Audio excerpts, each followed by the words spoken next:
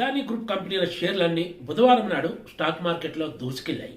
దీనికి ప్రధాన కారణం సుప్రీంకోర్టులో అదానీ గ్రూప్ హిండెన్బర్గ్ రీసెర్చ్ రిపోర్టుకు సంబంధించి వెలువడిన తీర్పే. ఈ కేసుకు సంబంధించి సుప్రీంకోర్టు సంచలన తీర్పు వెలువరించింది.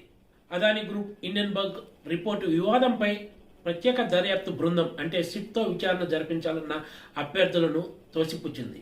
సెబీ విచారణే సరిపోతుందని, స్వతంత్ర నియంత్రణ సంస్థలైన సెబీ వంటి వాటి విధుల్లో జోక్యం చేసుకోబోమని సుప్రీంకోర్టు తేల్చి చెప్పింది. ఈ వార్తలతోటి స్టాక్ మార్కెట్లో అదానీ గ్రూప్ షేర్లు దుమ్ము రేపాయని చెప్పాలి. ఒక్క రోజులోనే దాదాపు 1,80,000 కోట్ల రూపాయల మేర అదానీ గ్రూప్ షేర్లు లాభపడ్డాయంటే సుప్రీంకోర్టు తీర్పు ప్రభావం ఎంత మేర ఉందో అర్థం చేసుకోవచ్చు.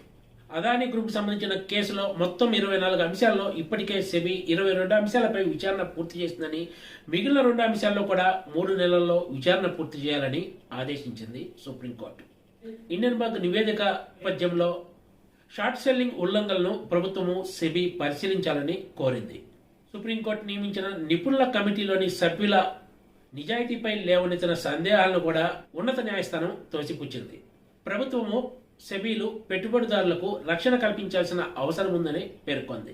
అదానీ గ్రూప్ స్టాక్ మార్కెట్లో తమ కంపెనీల షేర్ల విలువను పెంచుకునేందుకు అక్రమాలకు పాల్పడిందంటూ గత ఏడాది జనవరిలో అమెరికాకు చెందిన షార్ట్ సెల్లింగ్ సంస్థ హిండెన్బర్గ్ రీసెర్చ్ ఒక సంచలన నివేదికను బహిర్గతం చేసిన విషయం తెలిసిందే. ఈ నివేదిక బయటకు వచ్చాక అదానీ గ్రూప్ కంపెనీల షేర్లు కుప్పకూలాయి. అప్పటి వరకు ప్రపంచ సంపన్నుల్లో టాప్ ప్లేస్లో కొనసాగిన అదానీ ఒక్కసారిగా కిందకు పడిపోయిన సంగతి కూడా తెలిసిందే.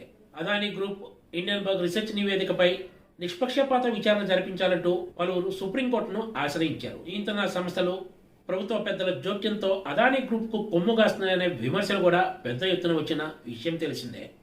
ఈ కేసులన్నిటిపై సుప్రీంకోర్టు సుదీర్ఘ విచారణ జరిపి గత ఏడాది నవంబర్ 24న తీర్పును రిజర్వ్ చేసింది. రిజర్వ్ చేసిన తీర్పును బుధవారం నాడు సుప్రీంకోర్టు ప్రధాన న్యాయమూర్తి జస్టిస్ చంద్రచూడ్ నేతృత్వంలోని బెంచ్ వెలువరించింది. సుప్రీం తీర్పుపై గౌతమ్ అదానీ కూడా స్పందించారు. న్యాయమే గెలిచింది, సత్యమేవ జైతే అంటూ ట్విట్టర్ వేదికగా తన స్పందనను తెలియజేశారు. కష్టకాలంలో తమకు అండగా నిలబడిన వారందరికీ ఆయన థ్యాంక్స్ చెప్తూ భారత్ ప్రగతి పదంలో ముందుకు వెళ్ళడానికి తమ వంతు పాత్ర పోషిస్తామంటూ పేర్కొన్నారు. Please subscribe TGT.